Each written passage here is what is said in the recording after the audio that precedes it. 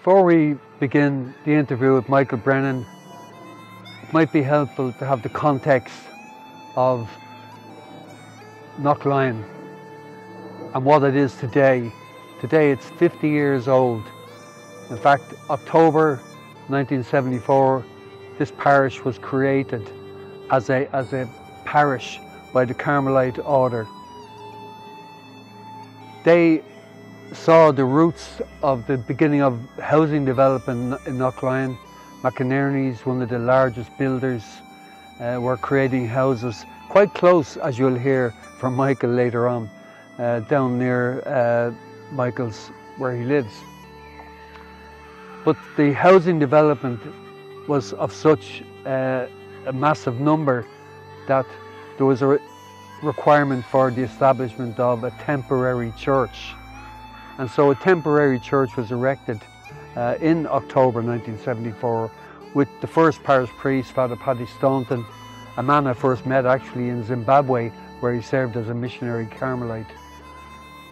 They said Mass over in houses very close to where we're standing now, in the houses of local parishioners, but quickly they needed a temporary site for saying Mass, and that was provided by, ironically, the builder, the main builder, McInerney's, who in December 1974 donated their canteen, their builder's canteen, as a temporary church. And from there onwards, Mass was said to the new parishioners coming into Knocklyon. And that continued all through until the middle of August of 1975, where we said Mass on the green in front of the current church during a glorious summer. For several weeks we sat on the green saying Mass until a temporary church in what is now the community centre became a longer temporary church. And that Mass in the temporary church here in Knocklyon, as the parishioners grew, as the numbers grew, as the local school began to develop in a temporary building until in 1976 they had the first primary school buildings. They opened for the first intake. Pope John Paul II came in 1979, and in 1980 finally what we call today St Columcille's Church was opened as the official parish church, and it has served this community since then. The Carmelites have left in recent years, in the last 2 years, and they have handed over to the Divine Word missionaries, who continue to develop and serve the parish here. But the Carmelites left behind not just primary schools, a secondary school, but also pastoral centre behind me, which is a wonderful service for the people of Knocklyon. But before all of this building came to Knocklyon, this was a rural area. And Michael Brennan, who you'll hear later on in the interview, you'll hear just how rural this part of County Dublin was. In fact, Knocklyon, he lives in a house built in or around 1790. And so his family dates back to there and further as far as he knows. Knocklyon itself is defined by Knocklyon Castle, Knocklyn. And that Knocklyn refers to a hill pool, a pool of water beside a hill. The water itself probably comes from the River Dodder, the River Liffey, which rises in the nearby Dublin Mountains. So Knocklyon is a very ancient area, host to Cullen, Nafina. That's how ancient this landscape is. But the landscape of before this parish was created was really built around stately homes, 3 or 4 big houses, a few farmhouses and a few cottages along a road, Knocklyon Road, along which Michael Brennan lived. So that is the Knocklyon that was here at the beginning of this parish, before it grew to become the larger and more vibrant parish that it has become today. Just given the day that's in it, I know many of you as parishioners know that Father David Weekland died and was buried this morning Some of us were there at East Funeral and White Friar Street. Given the huge contribution and given the irony of having our talk about the history of this parish, knowing his part in it and the part that the Carmelites played, the absolutely vital part, and we wouldn't be a parish without the Carmelites, that is the truth. So it's entirely appropriate that we're here in the Iona Pastoral Centre talking about the history of a parish which the late Father David Wheatland played in founding. So you'll keep him in your mind. He features in the slides that Jerry Hoy, Secretary of the History Society, has put together. And although you may not believe it as we go along, we've looked at these slides twice, trying to rehearse it. But we have the inimitable and extraordinary memory that Michael Brennan, our guest, is. Those of you who know Michael, he can talk about every blade of grass in Knocklyon in great detail, and my job is to try and rein him in. I thought I was a talker until I first met Michael, and I'm only in an also-ran. So in order to, we're celebrating 50 years of the parish, and a number of people said in order to have a good sense of what this parish was like before the invaders came, we decided that Michael Brennan would be the man to capture. And as it mentioned over there, through the memory and the eyes of Michael Brennan, is probably the best way one could possibly imagine. Michael's only nerves are that he might say something libelous, now that we're off record, but I told him not to worry, we have good editing. We know people in low places. It bears mind on the first slide that you see, the reason for that, don't strain your eyes, it's not worthwhile trying to look for detail, but we thought it might give you a sense that in the centre, I'll try and delineate it for you there, you see here. No, sorry. It's the red. It's the red button. The centre. The centre. Here, sorry. Oh, that one there, yeah, sorry. Oh, that red one, yeah. Oh, no. No. Here, I do it with this. I do No, it it with was this. just in the darkness I could see. So this part here, all those green fields are Knocklyon, is where we are today. And you can see all those writing around here, the Fair House, Old Bond, which we'll be talking about in a short while, the Tala bypass, which went right through, later became, this was taken in 1972. Bancroft over here in Tala, Balroddery, Timon Park, Spawell, Temple Oak Village down here, Rat Farm Shopping Centre, and then we have Fairways, Grange Road, Barton Road, Glendore, Ballybowden over this side. So it was really a Fairhouse Road up here. So this is just to give you a sense of what Knocklyon looked like in 1972, before we came here and before the builders came and built on this virgin land. And the other point that's good and important to know before Michael's recollection, because he lived in around here, is that most of us bought our houses here as Temple Oak. In other words, Knocklyon, and Michael, we were just speaking of it there, Knocklyon wasn't a suburb, it wasn't a village, it didn't have a village.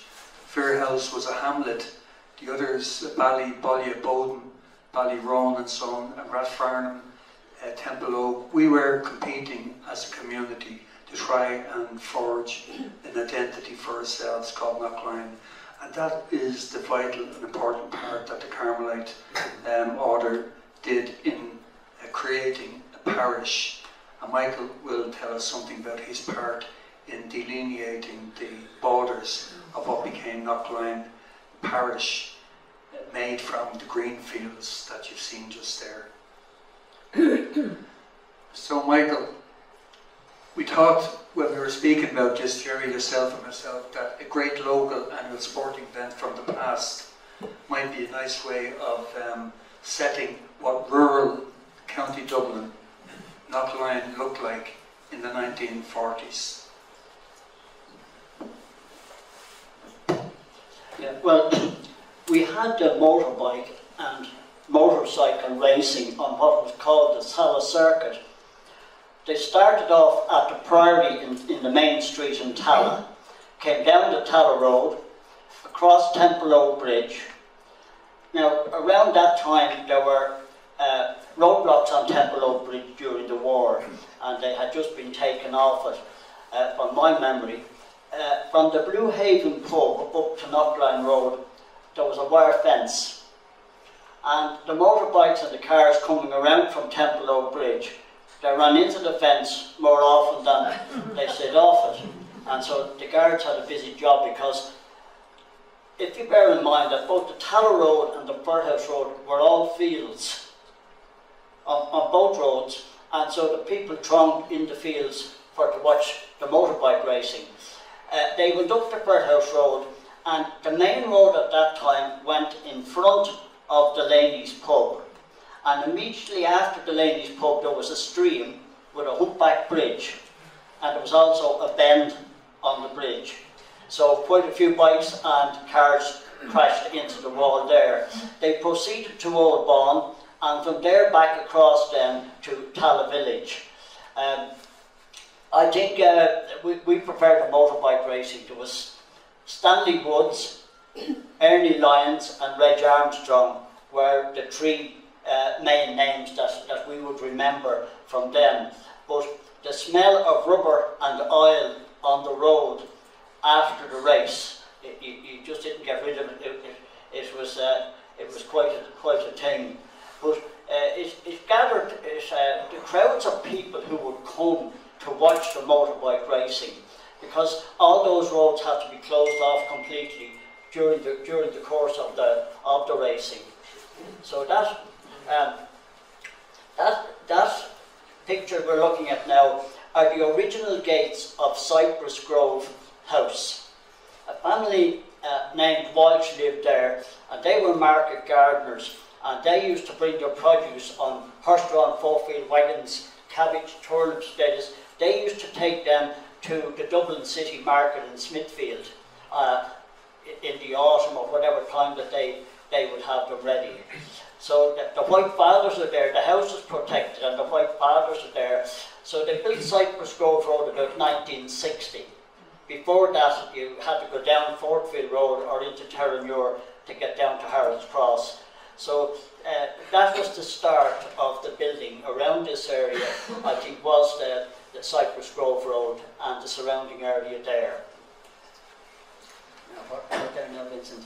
Can you see the writing under the photograph there? Yes. Yeah, Sean T. O'Kelly became our president, as you know. So the photograph on the left, and I don't know if Reg Armstrong is there. Mike, I know you have stories about him.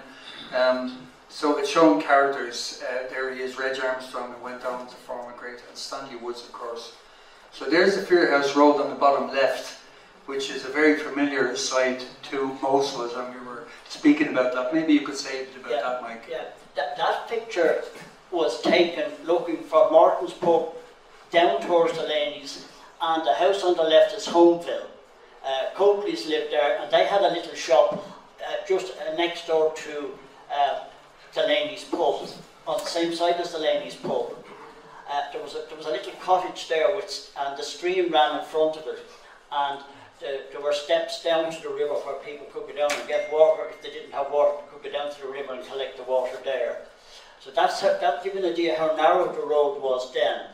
And that actually, as you look there, the Laney's pub would have been on your left. As you look through there, roughly where the sign is. So that road was quite narrow at the time, and as I say, with the bend on it, it wasn't very safe either. And that river that you were referring to, that had you could step down. Yeah, there were steps down. We're talking about the Dodder. Yes, it runs into the Dodder now. It's piped. Okay. Yes.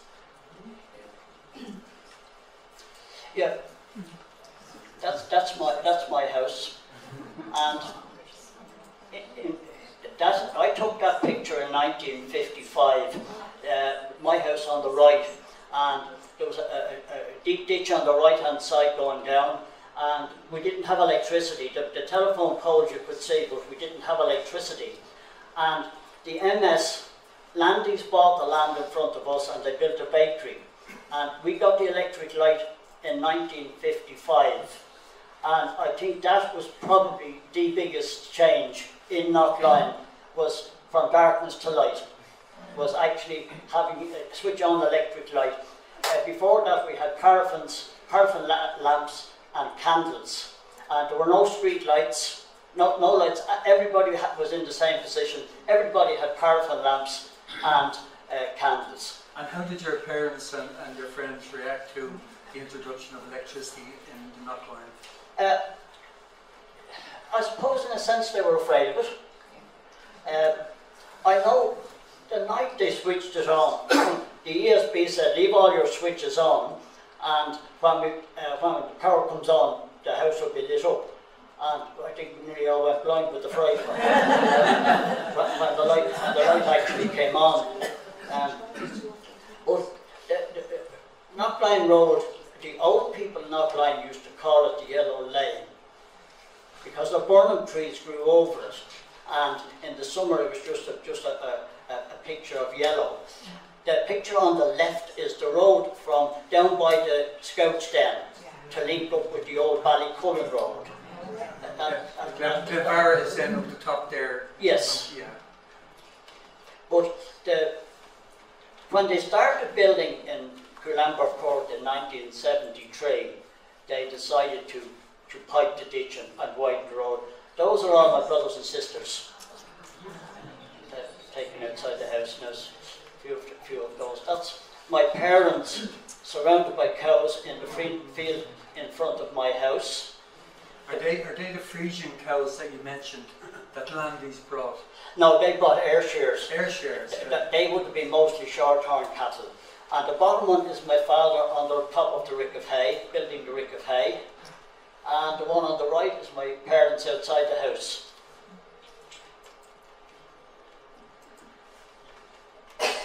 So the front of the house is exactly the way it was in your mum and dad's The day. house hasn't changed. That picture now on the right, that was the Boys National School in Rathbarnon. So we walked from the fields of Knocklyon Road across to Ballybowden Road and down Ballybowden Road, and that school became a courthouse later on. But there was no direct bus route. The 49 bus ran from Terranure to Talla, and the 49A bus ran from Terranure to Bornabrina. I think it probably came every hour. Now, there were no bus stops on any of the roads. Anywhere there was a house with an avenue and a gate lodge, the bus driver would slow down and have a look up at the someone coming and he'd wait for it. There were no particular bus stops. You could stop the bus anywhere you wanted and he would stop. And the fare? The fare's 2pence or 3pence or something like that, or something coins as far as I remember. It was just coins, yeah. And would you have made the journey into the city, or the town as you would have called it then? Yeah. Very often? We had a pony and trap, and my earliest memories of the pony and trap was going to Mass in Fairhouse Convent on a Sunday morning by pony and trap. And if my parents were going into town shopping, they went by pony and trap, and one of us would be brought to mind the horse. I know a story that I often tell people. When the cattle market was on the North Circle Road, when you went in there, you had to go very early in the morning, and the cattle or pigs, whatever was there, would be unloaded, and the horse would be tied to a lamppost down the street. And one fella came back, and his horse and cart was gone. And the guards were notified, everybody was coming, and the next thing, this fella trotted up with the horse and cart. He said, I got a delivery to do. I said, I thought the horse was spared, I just borrowed it. And did you ever see the neighbours, your distinguished neighbours on the right there, Cosgrave, Mr. Cosgrave? Oh, yes. One story about that, we dressed up for Halloween one time, we put on masks and we went up to Mr. Cosgrave's house. and we were duly unmasked in a hurry. But when he came out to see what the commotions are, he said, "They're all right, I know them." So we were let off. The local hoodlums. Yes. Yeah. That's not the same. Is that the same house, or was it the one? Was it replaced? The Cosgrave house, was it destroyed during the Civil War? It was burned. It burned in 1923, but it was rebuilt as it was. Yes.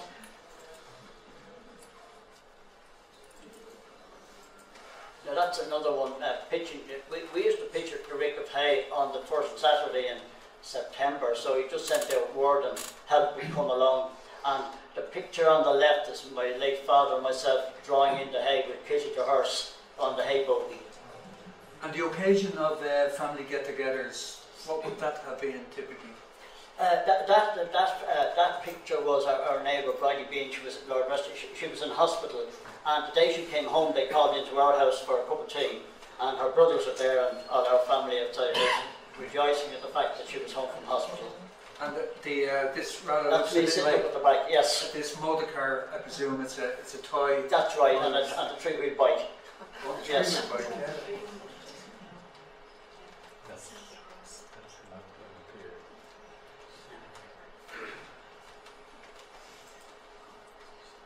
Now the picture on the top left, but the entrance to Bowden Park House was at the roundabout at the end of Taylor's Lane and Ballybowden Road, and there was an avenue up to it. And when the land was sold and they made the road straight up to the roundabout at Scholarstown, they opened a new entrance onto the old Scholarstown Road, and that's where that white walls are. The bottom picture is my grandfather ploughing in around 1920 with a few horses. Free State. Yeah, my father was he joined up in 1913. He fought in 1916 and in 1922, and he was on the battalion who took over Beggar's Bush as the British Army departed.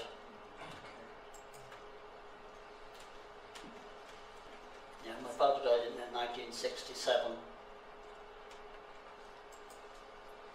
That was Landy's Bakery. That's the bakery they built in front of us.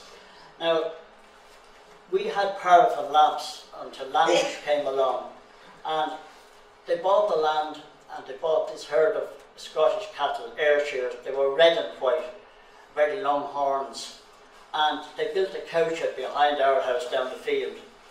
And they were milking cows with milking machines, electric milking machines in 1950, and we had paraffin lamps. Now, where did they get the electricity? In Rathfarnham Castle there's a lake, and the overflow from the lake. Landy's had a garage where Orchard Auctioneers is, and where the Rosary Beads factory is, they had a bakery. The overflow from the lake flowed under Landy's garage into the Owendour River, and they put a generator on it, and where the shopping centre is in Rathfarnham was a golf links then. They brought their own poles up Butterfield Avenue to Washington Lane and up across the fields, and they were able to milk their cows with electric milking machines. But in those days, they had these old fluorescent lights in the shed, and when they turned on the milking machines, the lights literally went out. So they built the bakery, and they opened it in 1955, and that's when we got the electric light. There was a 110,000 volt cable running across Knocklyon Road, and they took a spur off that and put a transformer on a pole in the field beside the bakery, and that's when we all got the electric light. It was 1955. And did everyone, all the neighbours, did you have a meeting? Did you have to agree that we'd all get it together? No, before that there were efforts made to get the electric light, but because of the number of poles that it would take to bring it up, people didn't think that it was really worth it, so they didn't bother with it then. But once the bakery was built, everybody took it down. Everybody got it down. That was my father ploughing with two horses. So Landy's Bakery.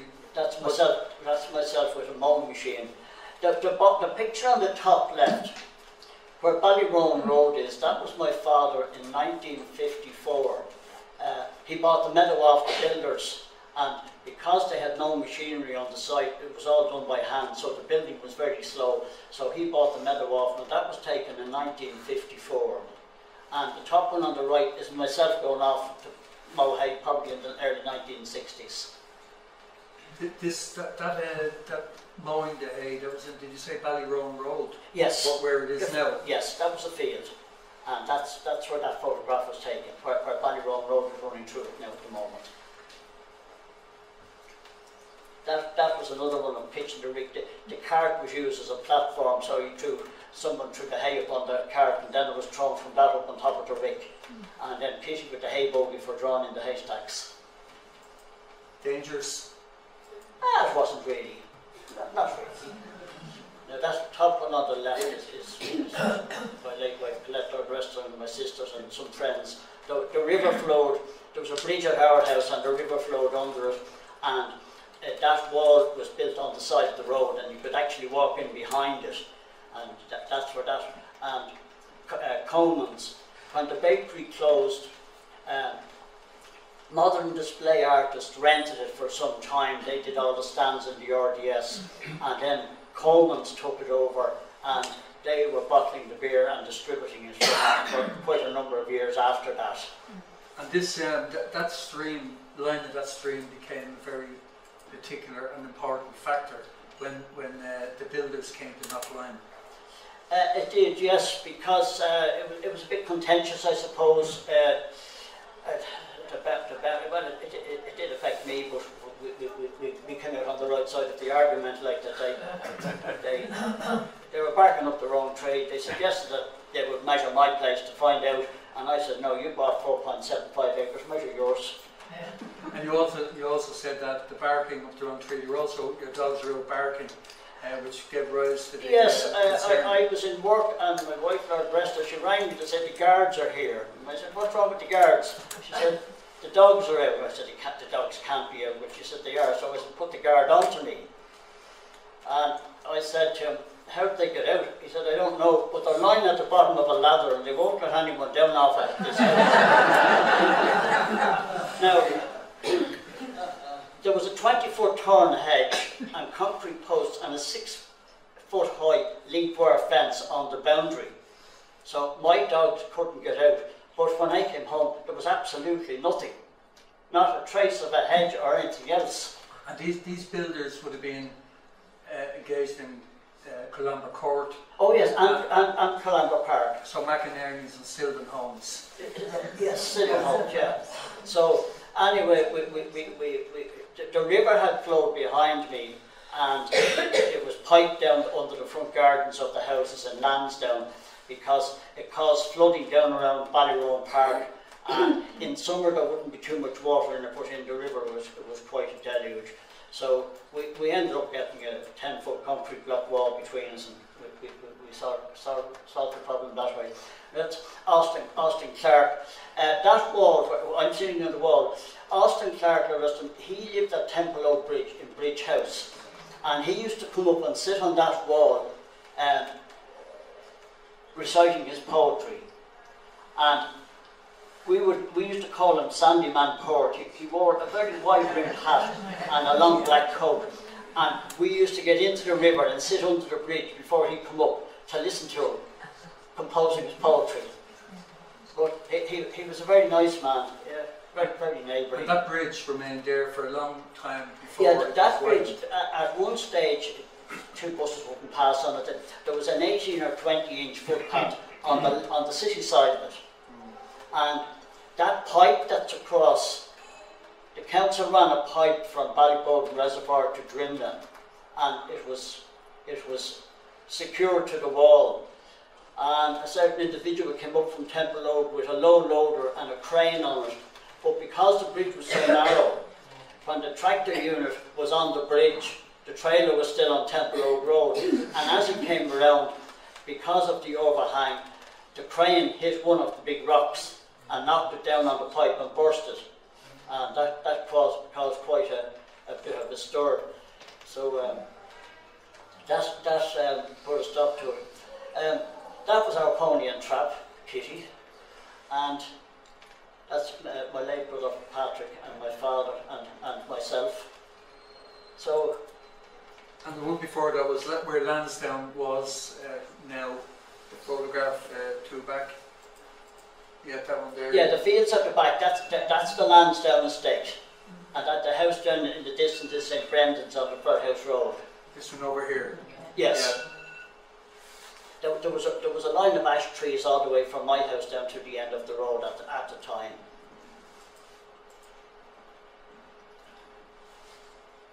That's Birdhouse Convent. And these look like a dangerous crowd. Yeah, Had you much interaction with the Carmelites in those days? No, we went to Mass and many a Sunday morning when the rain would be lashing and the wind would be strong, and my father would catch up on the priest standing on the pedals and leave a bite there, Father, and we'd give a lift up. And so we went home and got our breakfast, and then we had to go back up and collect the priest and bring him back down to collect his bike. There you are, Father Cyril. Take note of that. Now, this one here, my young sister went to work in London 1971, and she rang me up one day and said, Charlie and I are getting married. And I said, well, congratulations, that's great. When are you getting married? And she said, in June. I said, that's great. I said, where are you getting married? In Ballyrone. Ballyrone Church had opened a year or two before that, and we were in Knocklyon Parish then. So anyway, she said, I have a favour to ask. And I said, what's that?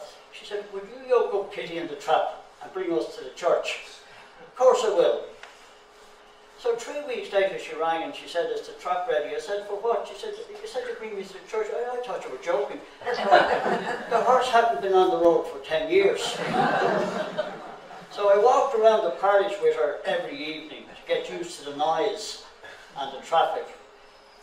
And then I brought her in and I had to put shoes on her because she had no shoes because she'd been retired. The horse we're talking about. The horse. Anyway, the harness was polished and Kitty was groomed, and that was I think that was leaving the church in Ballyrone after the wedding. But there is one there, I think, up the Birdhouse Road where we were just going down. Yeah, that's one.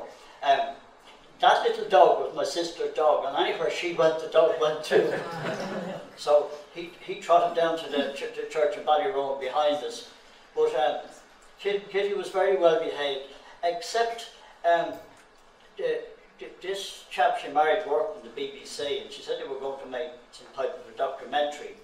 And they had this Russian Vorza station wagon with a platform on the roof. And at that time they had the tripod cameras. And I was shouting at them to go on, and they thought I was shouting at the horse, because if the traffic stopped, I could no guarantee the horse was going to stop. But anyway, it was a great success.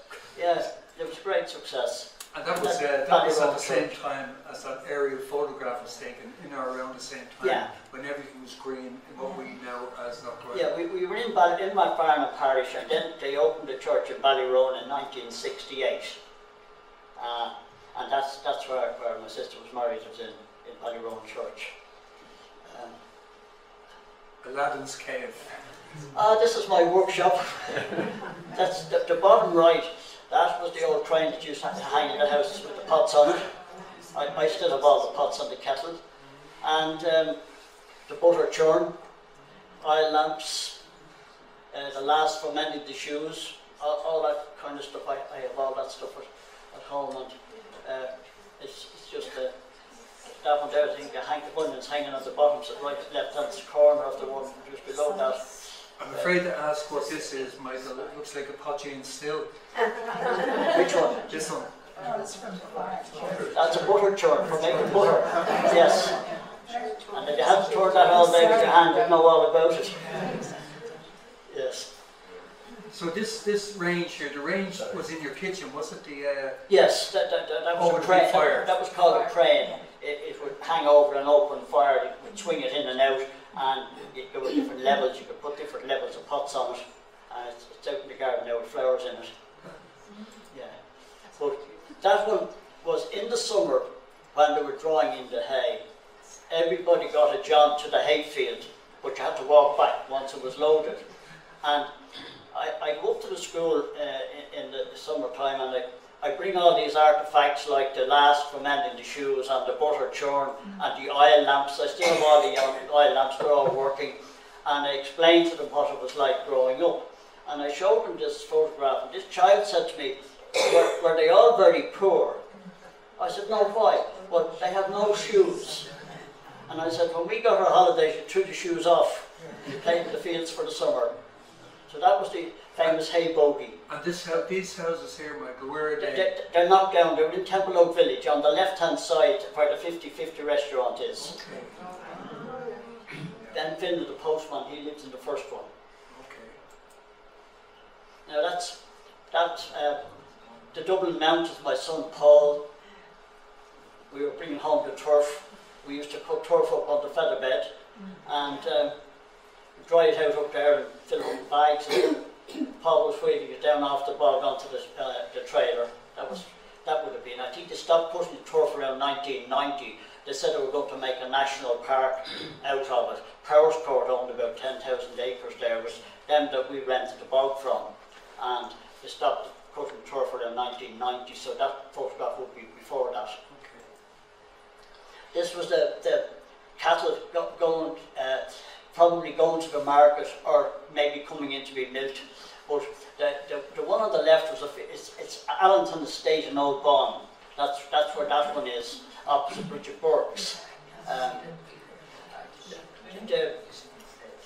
The cattle, everyone drove cattle that time to and from the cattle market. Now the problem you had was a lot of the cattle drovers in the cattle market came from Cabra and Finglas and that area. So if you're driving 5 cattle up and he's driving 50 down or 20 or 30, he just kept going and he didn't mind as long as he had 50. Whose cattle they were. He was going to take them to the boat. And that was on the North Circular Road. I expect it's probably all built on now. Yeah, well, that area. Yeah, it is all built on, but that was going on quite late, up to the 60s, 70s. Oh, it was, yes. Woodstock. Now, Woodstock was originally Woodbrook House. McDonald's had a dairy farm there, and they changed the name to Woodstock.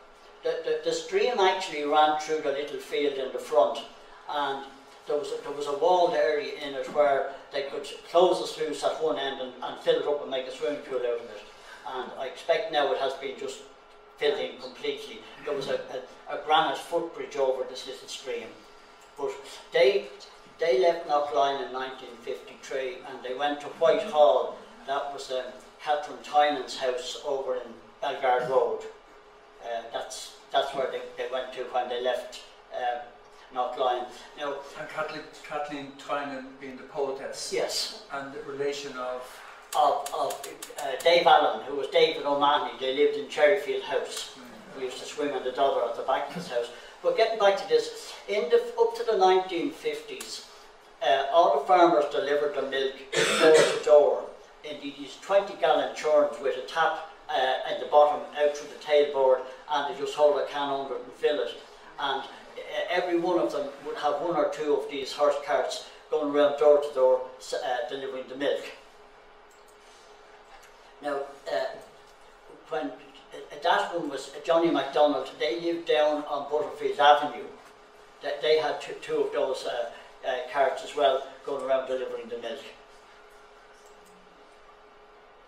And the Butterfield, presumably they get the name from the Buttercup. I don't know, like, we always knew it was Butterfield Lane. It's only when they started building the house around it became Butterfield Avenue, but it was always known as Butterfield Lane. Yeah, that's the Apple Green Garage. The MS sign, when Landys had built the bakery, they had 2 petrol pumps for their own bread vans. And the company who supplied the petrol was called Munster Sims. And that's what the MS sign was for. And the bakery closed down and the pumps were lying idle for years, and then there was a bread strike and somebody bought the petrol in the pumps, but a lot of the cars didn't get very far on it because it'd been lying idle for about 10 years. So a bit like the SO Yeah, Standard Oil. A man called Ben Moles, he took a lease on it, and I know News Extra had taken a lease on a shop at the shopping centre, and they weren't too happy with him because there was a small shed type building beside the petrol pumps, and he opened a shop in it, and he was selling newspapers and small bits and pieces, but we got a petition up because the nearest shop to us up to that was the Rome Tree, which was newspapers and that sort of thing. And the Blue Haven, when it was built, was a ladies' dress shop.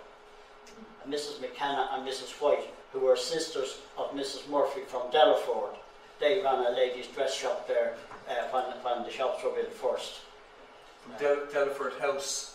Mrs. Murphy lived in Delaford House. She was a sister, and when she died, Mrs. McKenna moved into Delaford House. How much land had Delaford House got? They owned all the way from the Laneys down to Colambre Park and up as far as Idrone.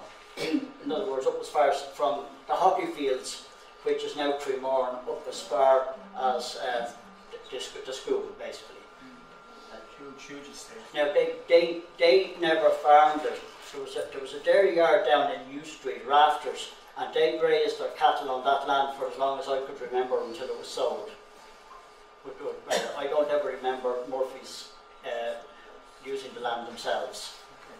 And was she married, her husband alive, and family? I didn't know her husband. I don't know. He died a long time ago, but I never knew him. I knew Mrs. Murphy all right, but I never knew her husband. Because their house was a roadside inn around 1900. It was like a big bungalow in the front, and then it was two-storey at the back. And there was a big yard at the back of it as well, which... and when they made that diversion of the old Knocklyon Road and went through Ocean Kelly's place onto the Ballycullen Road, that was a long time before your yeah, the road passed by the front door of Delaford House, and possibly it may have been Murphy's, whoever bought it at the time. They got the road moved away from the house so that they could have a front lawn. And no, the old Knocklyon Road, as it's called, that's the way it always was, as far as I can remember. Yeah. So here's Michael, Peter and Mark's house. Yeah, Peter and Mark both built houses beside me. You could have been a millionaire. Well, I was told I could be a millionaire, but I wasn't interested in selling it. And they went out of their way to persuade me, but there was no persuasion in it. It just wasn't on. That was it. I had no intentions of selling it, and that's it. So, Peter and Mark built houses on it.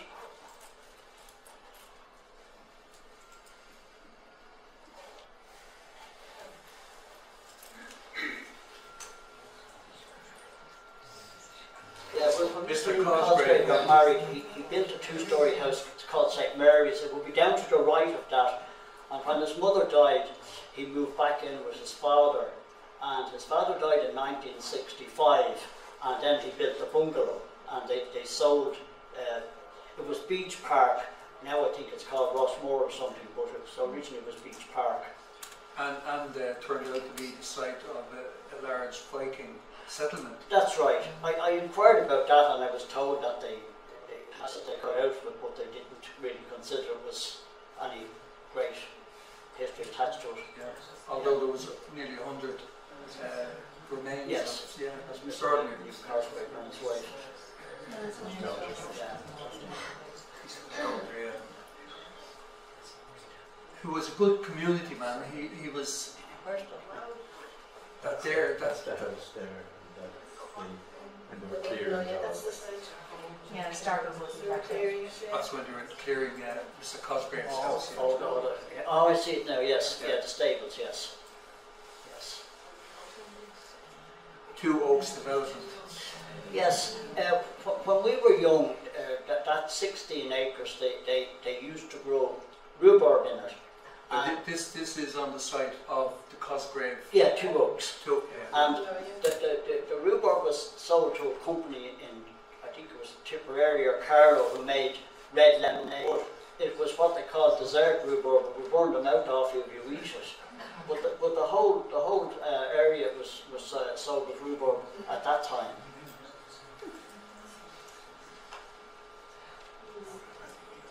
Tesco Express. Yes.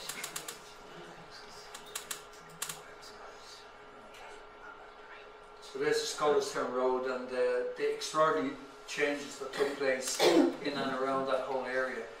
When we were campaigning for lots of facilities, I was told by Department of Education that Knocklyon is actually a small area in terms of habitation, but that Scholarstown Action Area, Ballycullen Action Area, Fairhouse Action Area, that if you wanted to get a school for the area, you had to be aware of the different parcels of land that the Department of Education took into account if your campaign was to be successful. So That's the school there now. that's the school there, yeah. And there's two oaks. There's Two Oaks.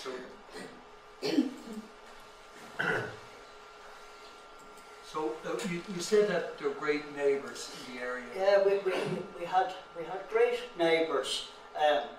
One of them is here tonight, Mr. Pascal Corcoran, and we had great neighbours in Knocklyon. I suppose you could say it was a close-knit community. Like, there weren't, up to about 1973, I think there was a total of about maybe 30 houses in all of Knocklyon. And unfortunately, some of the bigger houses with the gate lodges, they were all knocked down. There's no trace of them left at all. And it was a pity in a way, because a lot of them, there would have been history attached to them, but they were all just demolished and cleared, the sites cleared, and that was it. And as you were on the community council, as I was, for a chair. Yeah, I chaired the community council for a number of years, and we had many battles with builders looking for open space. I think that was our I know when we were campaigning to get a bus service on Knocklyon, somebody suggested it would lower the tone of the area if we got a bus on Knocklyon. And I said, well, everybody hasn't got two cars to drive. So they do now. well, they do now. Now that's Pascal on the left, and his neighbour Tom Bean. Tom was a great neighbour too.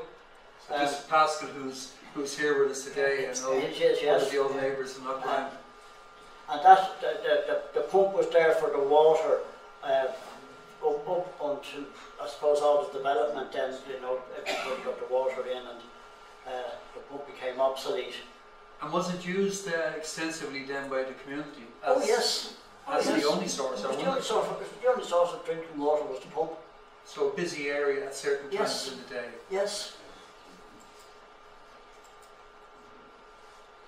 The farmers who lived in Woodbrook, which is now Woodstock, they owned St. James, and the Murphy family, they were renting it for a number of years, and before that the Laney's were living in it, and then when Murphy's left, Brennans, who owned Woodstown, they bought it, and the 20 acres behind it.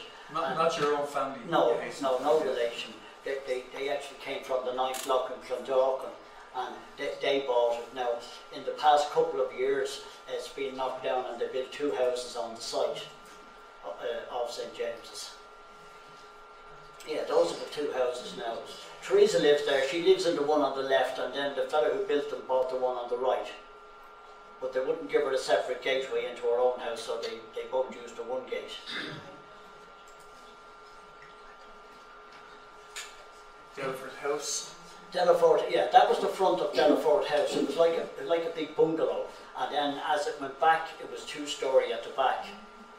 And then there's Knocklyon Castle down on the left. Is it? Yeah, it is, yeah. Yeah, that's it, yeah, Knocklyon Castle. Which probably must be the oldest building in this area. I think it was built in the 13th century. Yeah. Hydrone House, again, one of these... Yeah, that was Ashley Powell lived there. He was a senior counsel. He had 2 sons and a daughter. They were all doctors. The entrance to that was at the traffic lights at Scholarstown Road. And like the entrance to Cypress Grove, there was wrought iron pillars and gates and an avenue up to the house. So directly opposite the Super Value Yes, supermarket. yeah.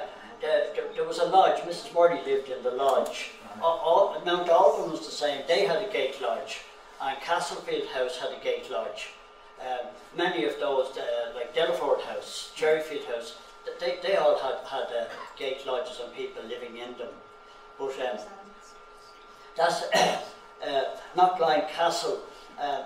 McGrain's lived in that for as long as I could remember, and I don't think there's any. I don't know now who's there now, but I did know McGrain's very well. Yes. Sorry. One of the members of the McLean family is down the back there. Yeah, very welcome. If at any stage, well, I won't say at any stage if people want to stop and ask a question, but hopefully we'll have time towards the end for people to ask particulars. So just take a note of.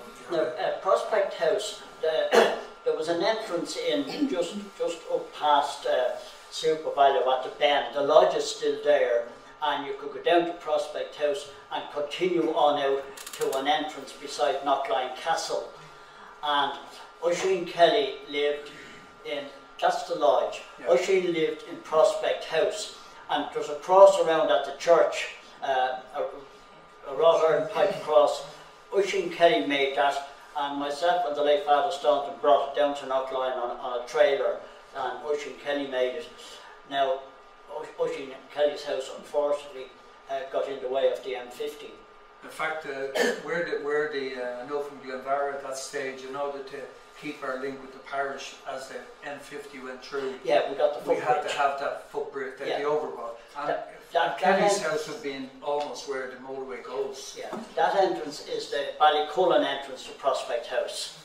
There, yeah. In other words, what we call the back gate. Yeah. You could take a shortcut right through from Knocklyon Road right through to Ballycullen Road. Yeah.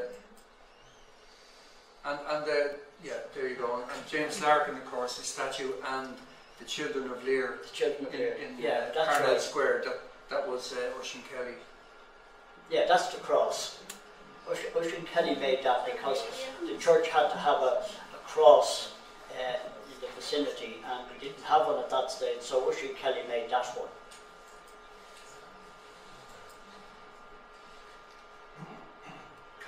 Colonel Newman lived in Castlefield House. When I was growing up, there were only 3 cars in Knocklyon. Colonel Newman had one, Lady Farron, who lived in Knocklyon House, had one, and Mr. W.T. Cosgrave had one. They were the only 3 cars in Knocklyon when I was growing up. And the army rank was British or Irish? Irish, yeah. Now, Colonel Newman died, and the Harry Christmas were in, I think Guinness has bought that house, and the Harry Christmas were in it for some time.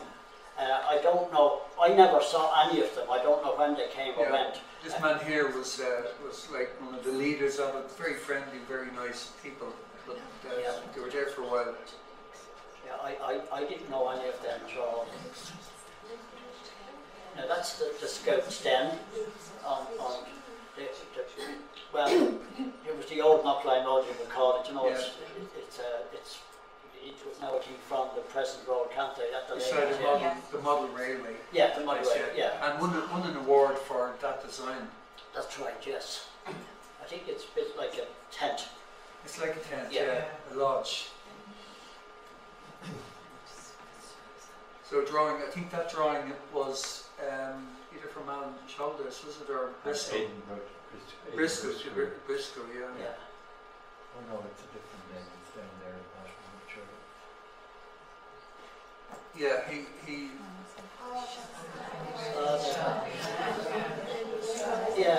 the late Angela Redmond opened a little shop beside the prefab church, literally on the side of the road, and they ran it there for quite a number of years, and it was the only shop around.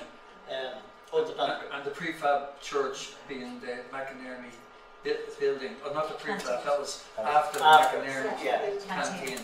Yeah, there was a parishioner who made a donation to the parish of the prefab church. Yeah. And before that they said Mass in the builder's canteen.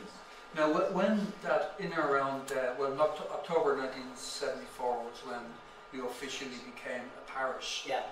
under the auspices of the Carmelites. Had you had much? Did you notice or did you hear of developments, say, in 1973? Yeah, I was asked, we were told that the Knocklyon area was too small to make a parish, so it was envisaged that they would take in land, and I actually drew the map of up Stockham Lane and down Ballycullen, and the centre of Ballycullen Road was the boundary, and the purpose was that with the future development there would be enough houses in the area to make it a parish. So I drew the map and I wrote the boundary descriptions of it, which they're still are going around. Registered with the county council. Yeah, but the River Dodder, the centre of the River Dodder was the boundary on the north side, because you had to have some boundary. Yeah. But you couldn't say it was the banks because they get washed away. So we just said whatever the centre of the river is, that's it.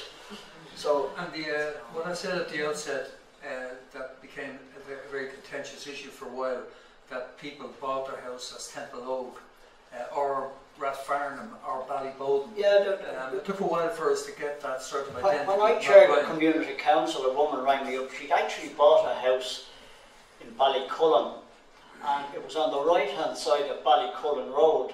Mama Lady. No, up further, Rathline maybe. Okay.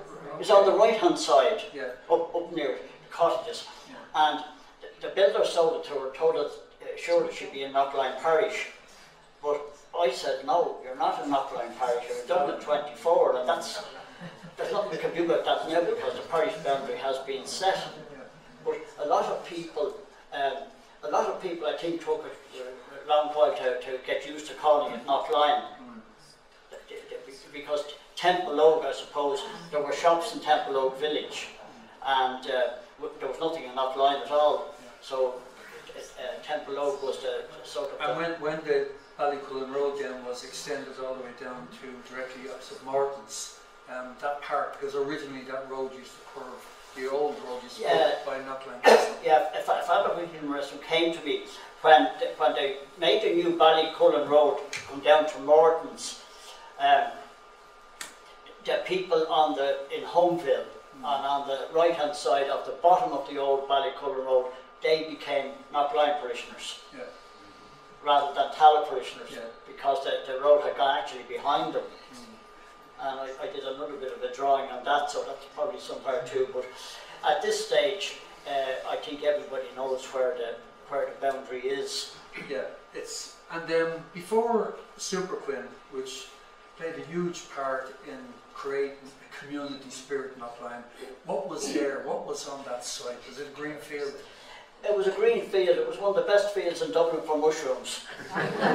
we used to collect chips of mushrooms and bring them to Devney's in Terranure, a grocery shop, and we got 5 bob for an old chip basket full of mushrooms. And that's what Powell's kept some cattle, and they had a few hunt horses, and they owned it, and they did a bit of farming on it there.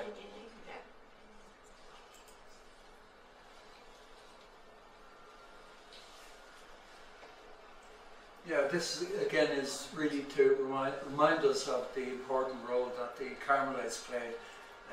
We wouldn't be a parish if they hadn't taken on responsibility for the parish.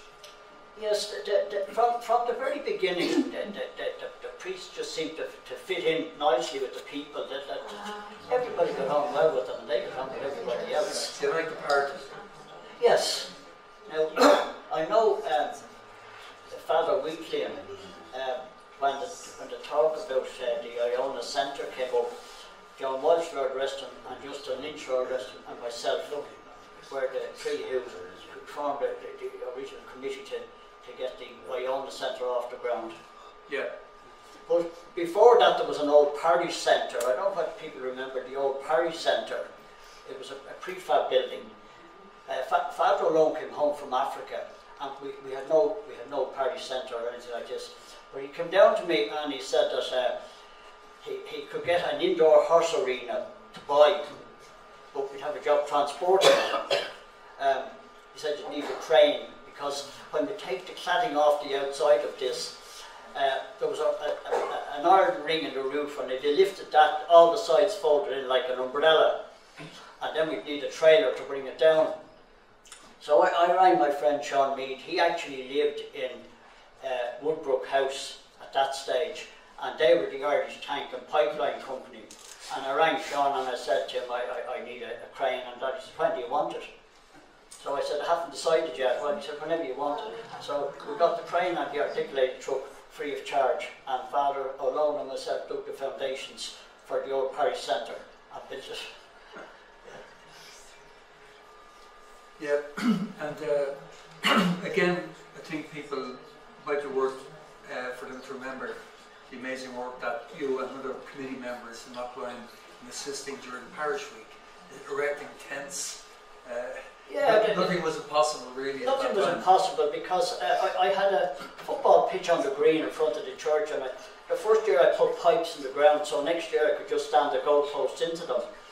But we decided that we'd put up marquees, and it was decided that they'd ask the scout leader, which a pro man came up to me and he said, Michael, he said, I never put up anything like that, a tent is all we ever pitched. I said, don't worry about it, we put them up ourselves, and we did.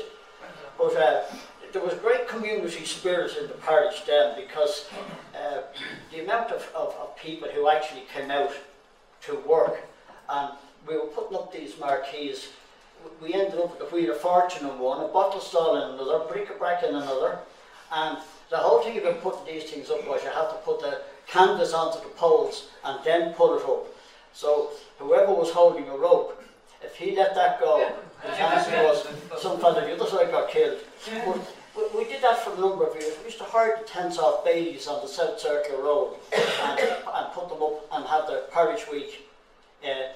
I remember staying up with my dog one night in the bottle stall, and at 3 in the morning she started to growl. Now she was quite wicked, and I let her out, and the last I saw her and the 2 lads was running up by Super Value. But being a teetotaler, you were the only one they trusted to win the ball. That's it, yes. So yeah, that was the running tracks. We used to mark the pitch for the running tracks for the sack racing, grandfather races, everything that attracted the crowd. And Jim Toner, our wrestler, used to loan us an articulated truck for the stage, one with a roof on the curtains on it. You could pull them back, and Conor Brady was the choir master on it, and that was a great thing. And it was a real parish week then, because all the estates would provide a football team, and I think the last team to win it, were Lansdowne, if I'm not mistaken. I think they were the last team to win it, and I know there was one fellow got red carded. It turned out he was playing for Shamrock Rovers, so he was off the team straight away.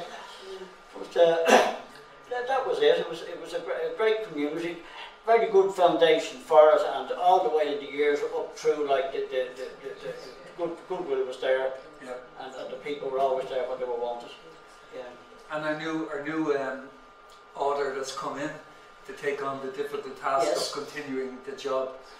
We're doing it fantastic. Well, with a similar charisma. Yeah, but there's plenty of help. You know, there's always plenty of help. If something has to be done or help is needed, like the help is there, people will still turn up. Yes, because I think that is what made Knocklyon was the community spirit in Knocklyon, in cooperation with the priests. They actually made Knocklyon what it is. Yeah.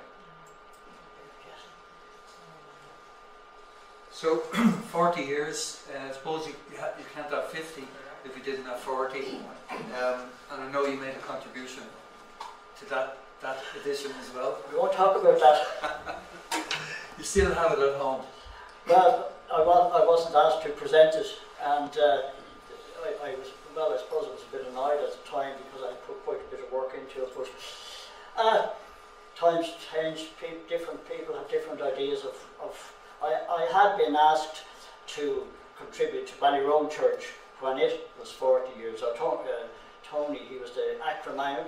Yes. He lived down there, and he was organising that, and we got together on that. But when our own parish was 40 years, it wasn't really And what would be your advice then, given your experience of having lived in a rural Dublin area, seeing all of these people like myself coming up from the inner city up to live in stately Knocklyon, and then becoming part of the community, and lots of people cooperating as community people.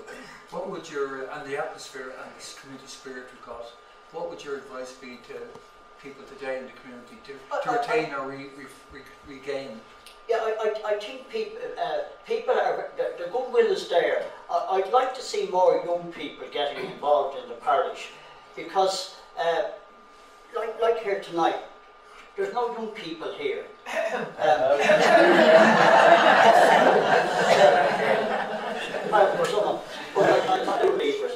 People like that. In the early stages, they were involved, as everybody knows that they were involved. And I think you need a succession. You need people coming along behind to take over and do all these things that we've been doing for years. And of course, young families, as we were in those days, coming into a new parish, probably didn't take much persuasion to get involved. Building the initial community. I think the school gate was where the friendships were made with all the mothers with their children. They all got to know each other, and so the friendship has lasted 50 years in many cases, and they were all very, and they had all these different committees, and they had committees for everything, and it didn't matter whether it was confirmation or first communion or whatever, they were all involved in getting all these things organised and getting them ready. And I think that I'm not aware of the young people today getting involved to the same extent, but I would like to see them getting involved. Would you recommend that a return to the resident association, more active, the community council, for no other reason than participation? Yeah, you see, with the community council, when we started the community council, everybody had problems in the States, various types, and so we would get in and help to iron them all out. But playing fields were one of the big things that we were after, was getting onto the builders for playing fields. And now what happened, the estates all got settled, the families grew up, and the residents' associations just literally fell apart. And the same with the community council. We depended on people in the estates coming to us with issues which we would take up on their behalf. Well, people weren't coming to us. So, and with those community councils, you got a constant flow of young parents coming, willing to join. Oh yes. Yeah, and staying. Yeah, because it was a very good functioning community council when in its heyday. But as I say, when the estates got settled and people didn't have the same gripes as they would have had when they moved in, and then eventually the residents' associations faded away, and we put the community council on hold for a year, and it never really got going after that. Many of them, of course, are online, but the efficient advantage of that is a deficiency in terms of personal contact. So perhaps maybe something could be done about having a mix of the efficiency of online, IT and social media, along with physical meetings to encourage participation of a flow of younger and ongoing neighbourhood. It might work, but then young people have different ideas nowadays of what to do with their time, so that's it. So memories of great houses and people. Cherryfield House. Yeah, Cherryfield House. David O'Mahony, his brothers John and Peter, we used to all swim in the Dodder down the back of the house. There was one part of the river, we used to call it Sandy Bottom. You could throw a sixpence in and dive in and pick it off the sand at the bottom of the river. The river was very clean then, but I remember about 1970 they started building up an old barn, and the water became dirty and foul, and I think that put a stop to the swimming in the Dodder. Pussy's Lep at the end of Knocklyon Road was another place, and all up along the river, the river Dodder was lowered around 1900 to stop it flooding, and so in some places the water could be 8 feet down. So some of the older fellows would build a dam across the river with sods and rocks, and build up a swimming pool in it. Now you mentioned Cherry Field House Dave Allen. before, Dave Allen Yeah. and the Manley family. Yeah. And this Pussy Leak that you left, that you mentioned. Yeah, it was a breakwater. There was a bridge across the road at Pussy Leak. That's when you go down the end of Knocklyon Road and turn right.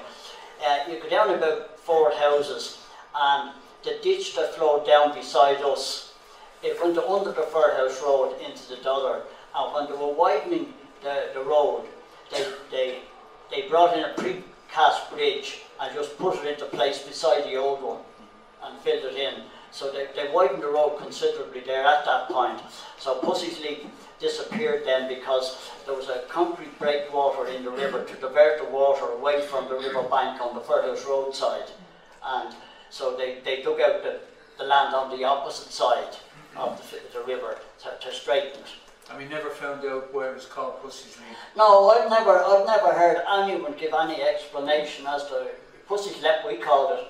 I never heard of any description or explanation as to why it was called that. And is that house still there today, Cherry Field House? No. No, the council knocked it down.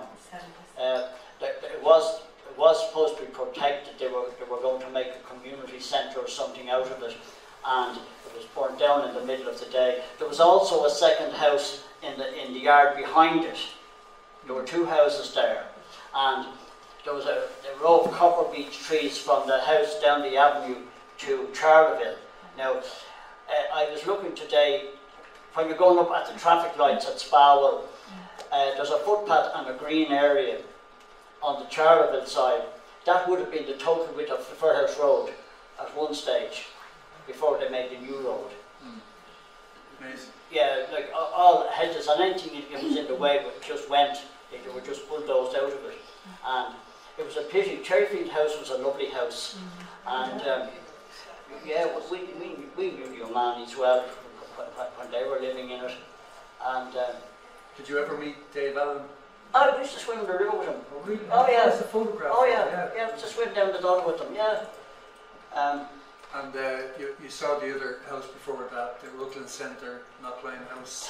Yeah, a lady Farron lived in it years ago. They had one of the 3 cars. Now I don't know where she got the title from, but she was known as Lady Farron. She lived in it, and then after that, Joe Griffin moved into it.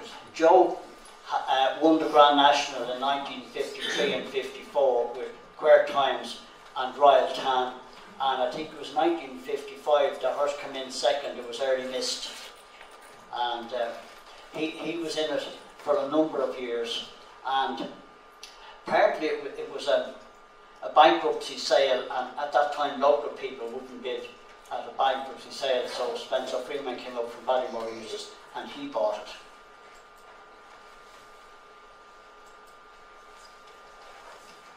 So again, probably part of the oldest building in the whole Yeah, area. yeah.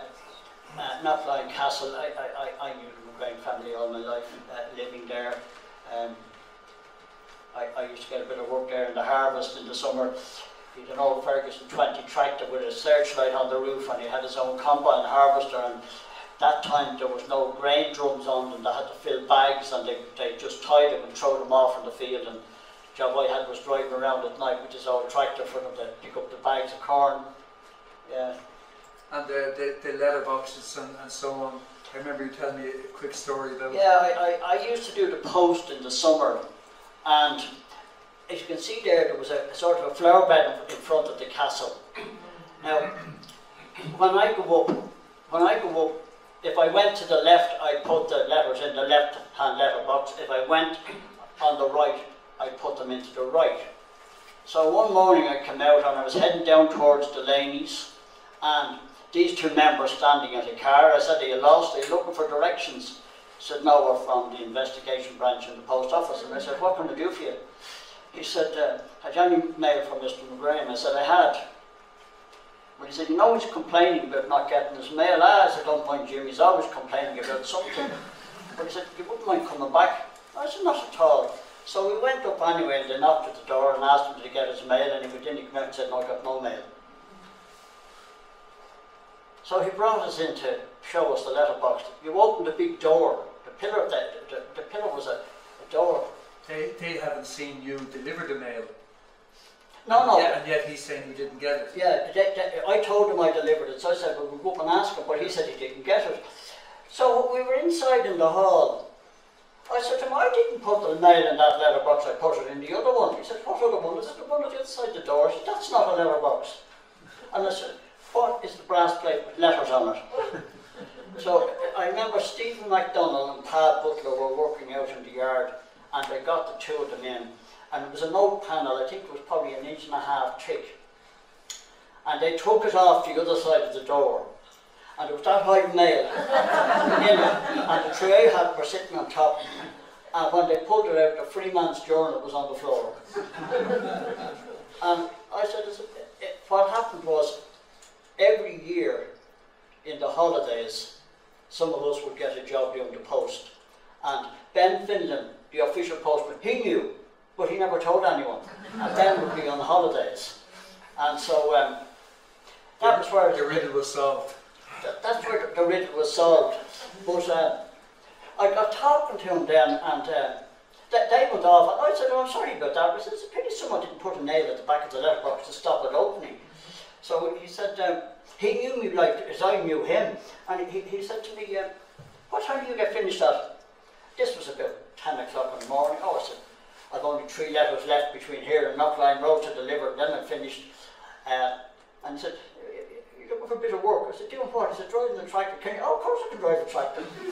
So I said, well, I have to leave at 2 o'clock because we did an afternoon post at that time. But the afternoon post was Riverside Cottages on Wellington Lane. So depending on the amount of letters, you could be out of it in half an hour and back up to the gym for another few hours. Yeah. But yeah, of all the years that he complained, nobody ever thought of the other letterbox not being in operation. And also, it's quite remarkable that you could get a job that young as a stand-in postman. Oh yeah, well, Mr. Troy came up from Tipperary. He was retired superintendent, and I was down in the shop one day. Fenlands actually owned, had a grocery shop there, and in 1948 they built the 4 shops where Shannon's Chemist is, and Fenlands opened a grocery shop where Massey's is. And Troy's moved in, and they took over. The post office was beside Grimes. Arthur Kinsella had a sweet shop, and he had the post office. So Troy's took over the post office down in the bigger shop. And the only thing was, we had to go down at 5 in the morning, and the mail would be dumped on the footpath, and sort out all the letters, and then go out and you get somebody with a sliver of wedding cake going to the first house, and by the time we got to it, it fallen all its way down in the bag to the bottom. But yeah, places like this, like Delaney's and Morton's, the Morgue and so on, and Morton's was a different name. Yeah, Mrs. Hennessy owned it. It was called the Fir House Inn. There was a picture of a green picture of a fir tree on the front wall of it. Now, from the second chimney left, there was a blacksmith's forge there. And when Morton's took it over, Hugh Kelly, the blacksmith, lived in the cottage that is there, and the second cottage was the blacksmith's forge. And when Morton's took it over, they knocked down the forge and extended the pub. Sally Park, not Curran Newman, or Cullens. Cullens lived in Sally Park. The entrance to that was on Ballycullen Road at the end of the old Knocklyon Road. And someone told me that, I know there was something like 7,000 oak trees on that whole estate in Sally Park. And the story about the balls outside the wall. There was another thing. There was a well in Sally Park called St. Bridget's. We used to be sent up there for holy water on St. Bridget's Day. And with the development, the well disappeared, and there was never a question asked about it. But that's Hollingswood's forge on the Talla Road. And Mr. H, we used to call him, he lived in the cottage beside it. And there was an old mill in the yard there beside it. That's the mill there in the bottom on the left. It was all demolished when they built the bypass. They they changed a whole lot of it. But Mr. H, we used to call, that was Hugh Kelly, the blacksmith. Now there's his forge beside Morton's. No, that's just not it. That's the cottage he lived in. But the one to the right of that was where the forge was. And just so that, if you might, Chair, Delaney's pub and seeing as it's in Knocklyon. Delaney's, you said something about Morton's. Michael Delaney Senior was born in Morton's. His uncle Tim Muldoon owned it at that stage. Mr. Delaney, young Michael's father, was born in Morton's. Okay. And his uncle Tim Muldoon owned the pub at that time. That would have been the turn of the century, I suppose. Okay. But where they're building the little houses at Fairhouse there at the bridge on the M50, the old road went by the front of Delaney's pub and then straight over to Morton's, and there was a row of whitewashed cottages all along the right hand side with the front door opening onto the footpath. Yeah. And when they built Mount Carmel Park in 1948, all the people out of those houses and various gate lodges around the place all got houses in Mount Carmel Park. Right. So I know you could go on each and every one of those slides and whatever, and a lot more that we didn't show. Are there any questions that anyone would like to ask of Michael while you have him here? Yeah. Just one question. I'm not sure. Maybe you've covered it. Maybe I missed it. But when I got to know Fairhouse in Knocklyon first, I think it's maybe heard they're building those houses beyond Delaney's now. Yes. There was a farmer had a farmyard there. Yeah, Tom Gore. And he used to cross the road in the morning. Yeah, Tom had a dairy yard where those houses, not where they're built, but back behind it where they built the apartments. And Tom would just open the gate in the morning and let his dairy herd out across the road, and it didn't matter what cars or buses were coming, but they all had to wait.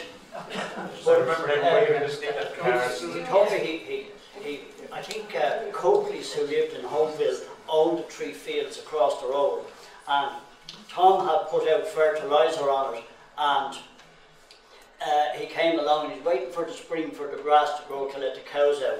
So one morning Tom decided that he'd let the cows out, and when he went over to open the gate, the council were after coming in with mowers and mowed the whole lot of it, and they had taken it over and he didn't know anything about it. So there was no grass because they won't be cut grass like that. Yeah. And Tom Bourne, Tom, a nice man, knew his family well, yeah. Thanks, Declan. Any other questions, Kay? I'm here nearly 30 years and I've learned so much tonight. So thank you so much to Jerry, yourself and Vincent for putting this together, Michael. It's exceptional, the amount of knowledge that you have, and thank you so much for sharing it. Yeah, people say to me, like, how can you remember this? I always say, when you have grown up through it, it's embedded in your mind. Like, I still have the paraffin lamps at home. I go up to the school once a year, I bring up the paraffin lamps and the butter churn and the last for mending the shoes, all this stuff, and I explain to the children what it was like when I was growing up. We got a little small, we used to call it a holy lamp, a little small lamp the size of an apple, going up the stairs to bed at night. And there were no street lights, everything was pitch dark. The lamp that I put in the crib at Christmas, my father would go around the yard with that in one hand and a fork of hay in the other one. And they still work. The lamps still work. And to me, I suppose it's an extension of time, because when you grow up with it, it's not the hardest thing to remember, but it's just that if you have an interest in it, it makes it that much easier. Yeah, I think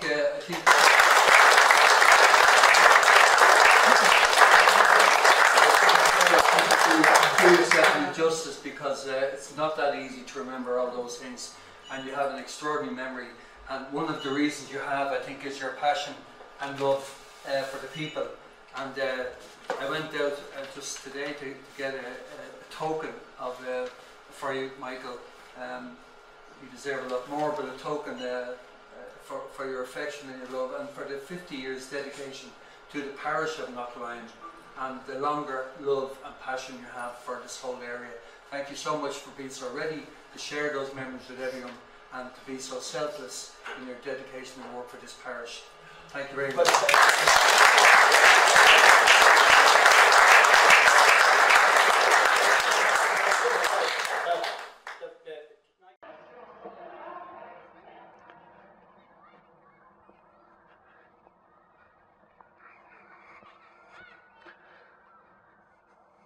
So you've heard a story from Knocklyon's literary treasure. Every blade of grass in this community, every person that you could meet, Michael Brennan can tell a story about it. It's a folklore that's rare and should be preserved in every community, and we're so lucky to have Michael having shared so many of his stories with us. But they're more than stories, because you can hear the vibrancy in this parish to this day, and he and his late wife Colette were more than just a parishioner. They were one of the servants of the Catholic Church in Knocklyon, and from the 1970s to now, that service of Knocklyon Parish has been the very foundation of the community that we have today, for those who have faith and those who are community residents. It's entirely appropriate that we are here at the Iona Pastoral Centre, because this is one of the legacies that the Carmelites left us, now managed by the Divine Word Missionaries, SVDs. This centre forms the parish, the workings of the parish. It's full at the moment. The church, the school buildings, the people living in the parish.